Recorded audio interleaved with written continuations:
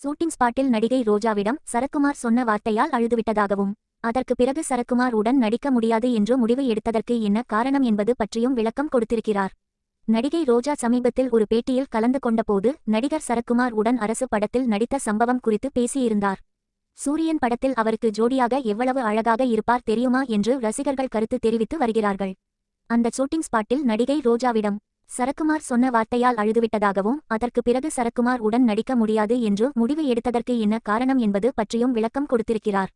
அரசு படத்தில் தான் நடித்துக் கொண்டிருந்தபோது தனக்கு முதல் குழந்தை வயிற்றிலிருந்ததாம். அந்த நேரத்தில்தான் ராதிகாவிற்கும் சரத்குமாருக்கும் கல்யாணம் முடிந்ததாம். ராதிகா ரோஜாவின் நெருங்கிய தோழி என்பதால் இந்த படத்தில் நடிக்க கூப்பிட்டார்களாம். முதலில் ராதிகா நடிக்க இருந்ததாம். ஆனால் இப்பதானே கல்யாணம் முடிந்து இருக்கிறது, உடனே நடித்தால் நல்லா இருக்காது என்று ரோஜாவை நடிக்க வைத்திருக்கிறார்கள். அவரும் சரி என்று ஷூட்டிங் ஸ்பாட்டிற்கு போய்விட்டாராம்.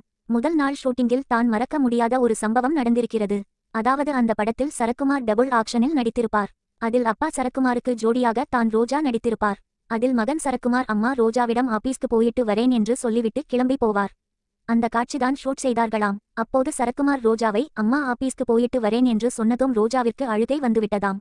அவர் என்னோட எத்தனை வயசு பெரியவர், சூரியன் படத்தில் நடிக்கும் போது அவருக்கு என்னோட ரொம்ப வயசு அதிகம். அப்போதுதான் நான் சினிமாவில் அறிமுகமான சமயம். எனக்கு 17 வயது தான். அதற்கு பிறகு இருவரும் ஒரு சில படங்களில் நடித்திருக்கிறார்கள்.